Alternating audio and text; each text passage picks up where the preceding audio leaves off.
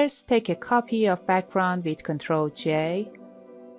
Go to Filter, choose Distort, select Spherize.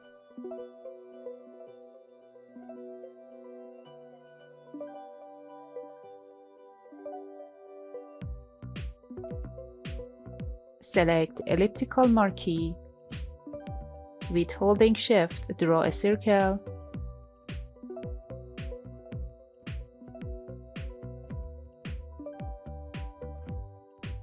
Click on Mask.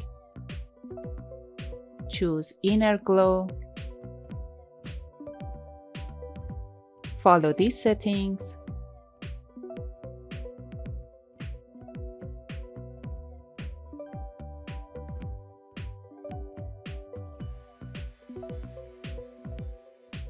Make a new layer. Choose Brush tool, then make a shadow. Press Ctrl T and hold Shift to set the size of shadow.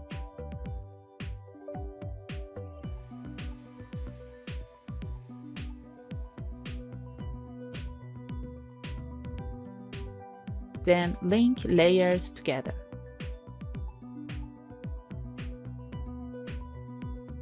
I hope you enjoyed this video.